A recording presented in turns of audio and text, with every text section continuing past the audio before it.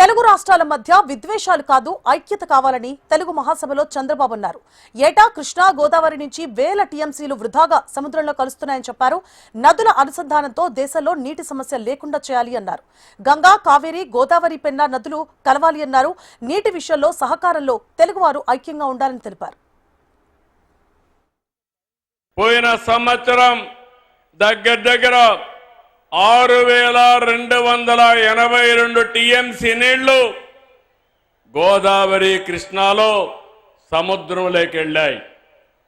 గోదావరిలో నీళ్లు పుష్కరంగా ఉన్నాయి. అందుకే మీరు చూసినప్పుడు నేను ఎప్పుడు కూడా గోదావరి నీళ్లు వాడుకుంటే ఎప్పుడు నేను అడ్డు చెప్పలేదు. విభజన తర్వాత కాళేశ్వరం ప్రాజెక్టు కట్టినప్పుడు గోదావరి పైన ఎన్ని ప్రాజెక్టులు కట్టినా పర్వాలేదు, మనకు నీళ్లు వస్తాయనే ఉద్దేశంతో నేను ముందుకెళ్ళాను. గడిచిన 40 సంవత్సరాల్లో 3000 టీఎంసీ నీళ్లు గోదావరి నుంచి సముద్రం లేకపోతున్నాయి.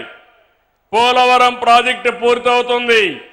కృష్ణా గోదావరి అనుసంధానం జరుగుతుంది. నా జీవితంలో ఒకటే కోరిక, ప్రపంచంలో తక్కువ నీటి వినియోగం చేసే దేశం భారతదేశం.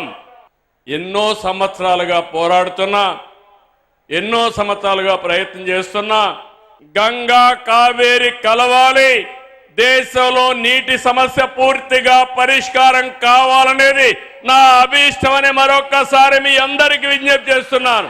తెలుగు రాష్ట్రాల మధ్య విద్వేషాలు కాదు, సమైక్యత అవసరం. ఒకరిని అర్థం చేసుకోవాల్సిన అవసరం ఉంది. అందరం కలిసి ముందుకు పోవాల్సిన అవసరం ఉంది. విషయంలో గాని సహకారంలో గాని తెలుగు వారందరూ కలిసి ఉండాలి.